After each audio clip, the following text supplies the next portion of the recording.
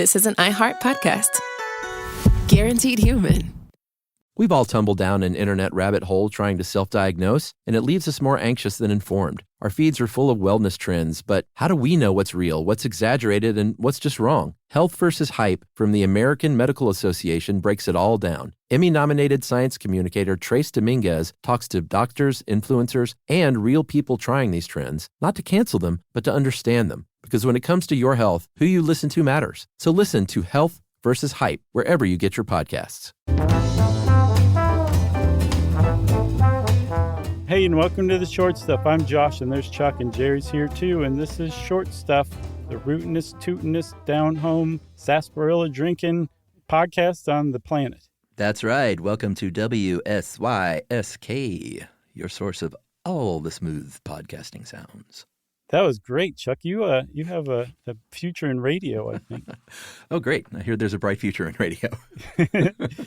So we are talking radio. That's why you just did that. And we're talking about a specific kind of radio, but we should kind of go back a little bit to the beginning because, it occurred to me that there are people who listen to us that won't even know what we're talking about with AM and FM. But if you know enough about radio, there were two bands, the AM band and the FM band. And if you grew up in the late 70s, 80s, 90s, you knew that AM radio was as square as a Rubik's Cube. Yes. And the FM radio was where it was at. But it turns out that when FM radio first came on the scene in the 60s and then early 70s, it was square. And AM radio was where it was at. That's where you'd hear hits and rock and stuff like that. FM was so super square that it actually gave birth to what we consider easy listening music today. By the way, I know this is going to be kind of a long one, but I still have to say this.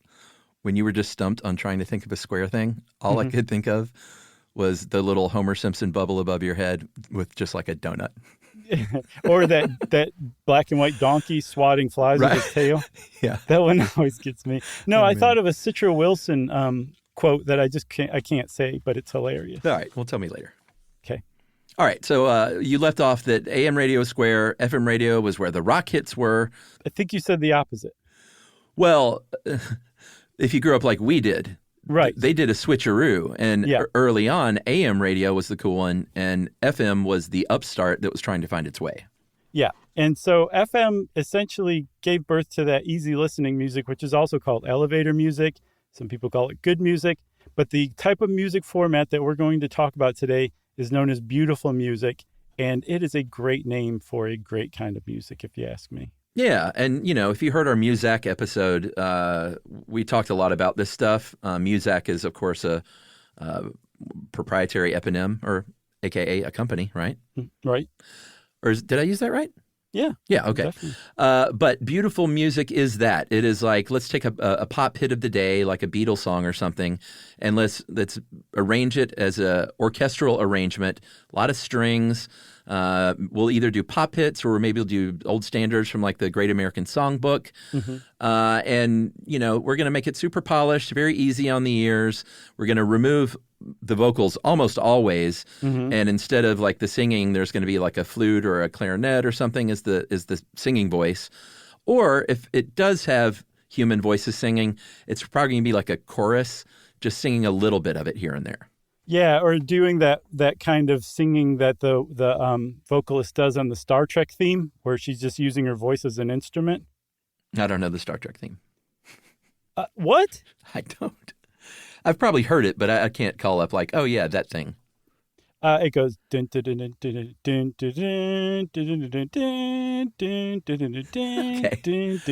It turns out I do know that actually.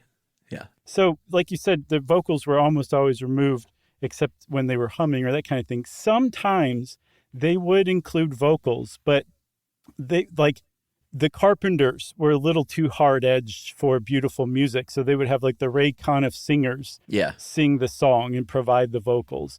Like, this is how softened they would take these songs and make them. And, I mean, if it was done right, even like the hardest core punk, even the members of Crass would hear that song and be like, I'm not going to admit this out loud, but that is actually beautiful music.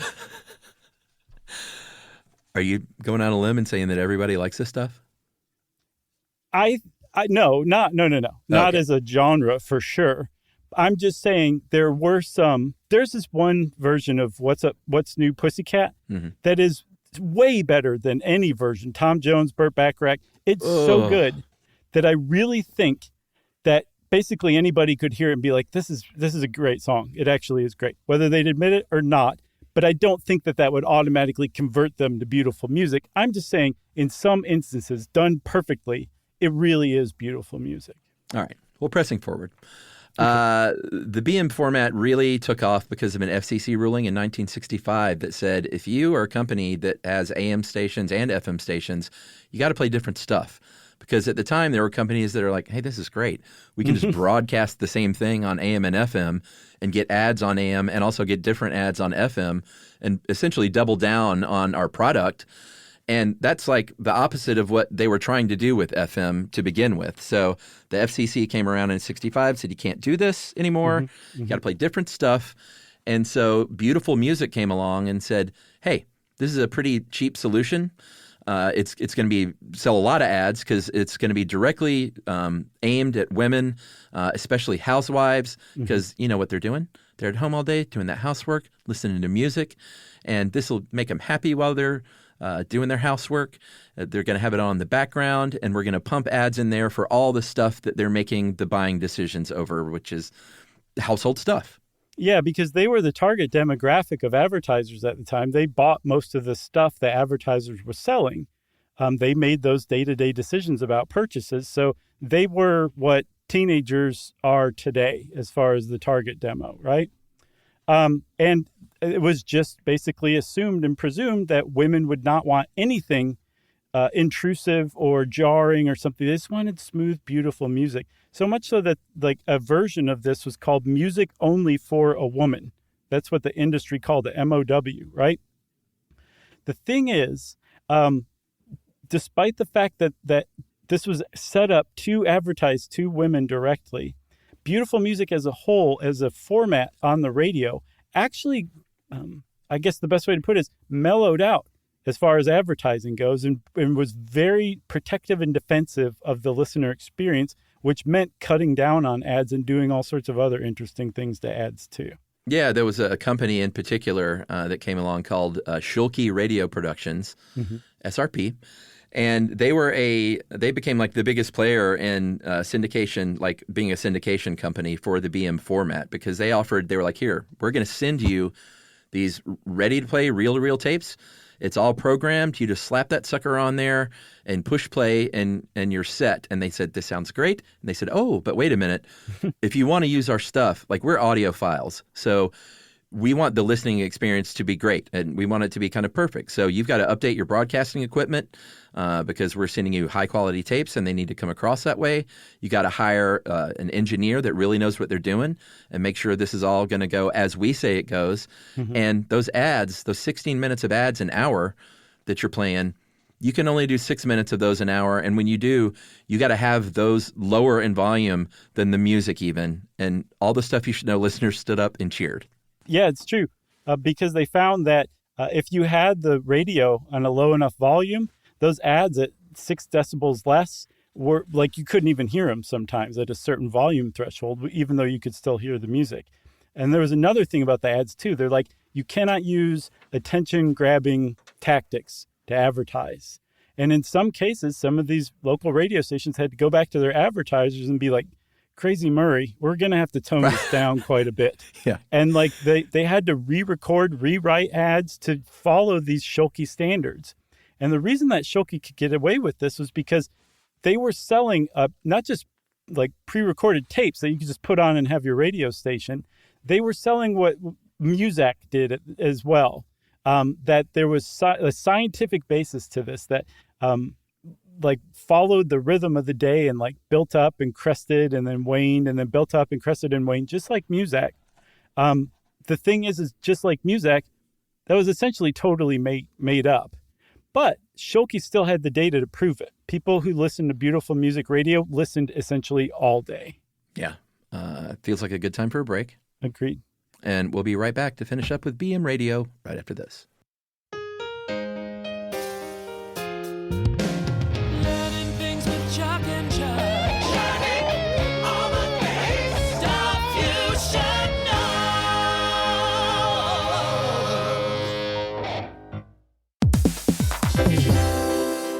Have you ever invested in something that seemed incredible at first but didn't live up to the hype? Well, marketers know that feeling. They optimize for the numbers that look great, impressions, reach, and reacts. But when they don't show revenue, well, that's a not so great conversation with the CFO. LinkedIn has a word for that: bull spend. That's right, because you need to invest in what looks good to your CFO. LinkedIn Ads generates the highest ROAS, 121% of all major ad networks. You can reach the right buyers with LinkedIn Ads, and you can target by company, industry, job title, and more. So cut the bull spend. Advertise on LinkedIn, the network that works for you. Spend $250 on your first campaign on LinkedIn Ads and get a $250 credit for the next one. Just go to linkedin.com/SYSK. That's linkedin.com/SYSK. Terms and conditions apply.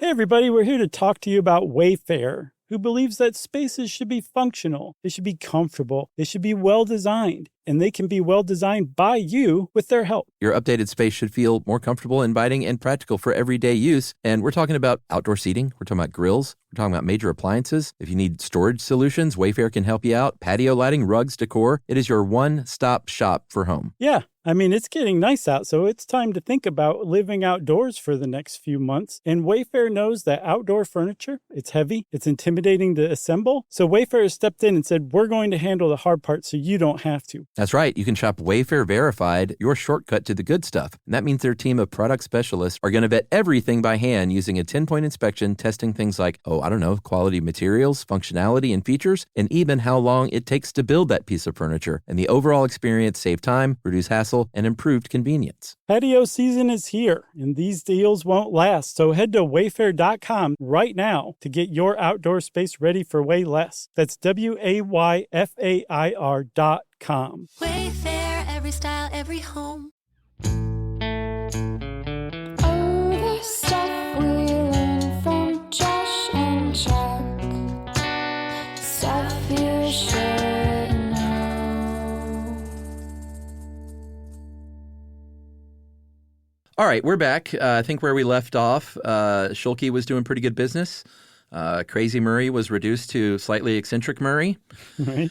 And they were selling like hotcakes, and they had the ratings to prove it, like you said, even though the science was not true. And they were listening for hours and hours and hours. But that posed a problem, or I guess presented a problem, which was, hey, they're listening for so many hours a day. They're just having to hear this same playlist in order, basically, Right. when it loops back around.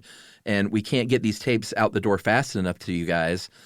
So people have like because they were concerned about the listener experience, and certainly listening to a playlist on a loop is not a good one. No. And so some companies came along that said, all right, well, let's just start hiring conductors and arrangers and putting together our own stuff until a company called Bonneville came along with a really unique idea, right? Yeah, Bonneville did what Schulke did. Like, you would get pre-recorded tapes of beautiful music from them. But you also had to have essentially a random automatic tape player Boom. that would select a song from a tape at random. So even though you had like the same set of, say, 50 songs, there was never going to be a playlist over the course of, like, say, 12 hours that was the same as before. Yeah. Same songs here or there, but never the same entire playlist starting over every 12 hours. Yeah, so they'd send tapes and packages. Tapes and tapes. Tapes and tapes. Oh, man, I miss those guys. And then, a pretty good technology at the time to randomly select and, queue up different songs. So it was a pretty big leap forward. Well, Beautiful Music itself was basically an incubator for figuring out how to standardize and automate radio. That's the cradle of it, is Beautiful Music, weirdly enough. Yeah, and it spread throughout the country as a format. Every city had at least one station. If you were a big city, you probably had a few. A lot of times it was like, in Detroit, WJOI, like very mellow call signs. Mm-hmm. They just wanted to really put out, brand themselves as BM Radio, because it was such a big deal. But it wasn't a big deal for that long because, buying power shifted as rock and roll came along and younger listeners became the dominant sort of listener of radio. Mm-hmm. And one by one, they kind of, BM radio stations switched over, which is a very jarring thing for any radio station format change. I'm sure we've all suffered those where you're like, well, I can't listen to this station anymore because you're just not the same radio station. Do you remember the opposite happening when 99X came out in the early 90s? And they played like the Smiths, and it was like, what are the Smiths doing on the radio? This is awesome. Yeah, because 99 in Atlanta before that was sort of cheesy pop. Mm-hmm. And all of a sudden it was alternative music, which was the first true alternative station in Atlanta.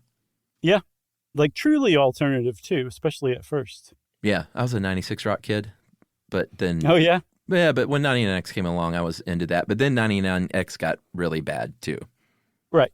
But at first it was pretty great. No, I agree, because you couldn't hear the Smiths on the radio unless you went left of the dial, which I was doing with the great Album 88. Oh, Album 88. Guys, Georgia I State feel Radio. bad for anybody who didn't live in Atlanta while Album 88 was on the air. It was so great. It had the best shows.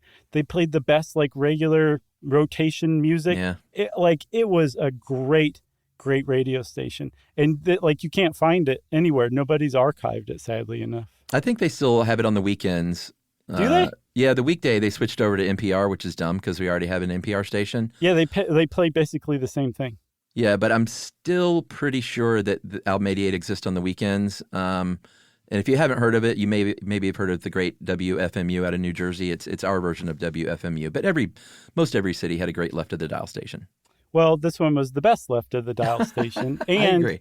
Do you remember Atom Bomb? He had like a soul show. No, I don't remember that one. Soul Kitchen, I think it was called. Oh, okay. I remember Soul Kitchen. Yeah, that was Atom Bomb. And Okay. that's definitely not archived anywhere on the internet. So if anybody has old tapes of Atom Bomb's Soul Kitchen, please post them. Yeah, they had Reelin' in the Ears was a good show. Their Sunday morning reggae show was amazing. Do you remember the Saturday morning cartoon theme Yeah. show? That was a good one too.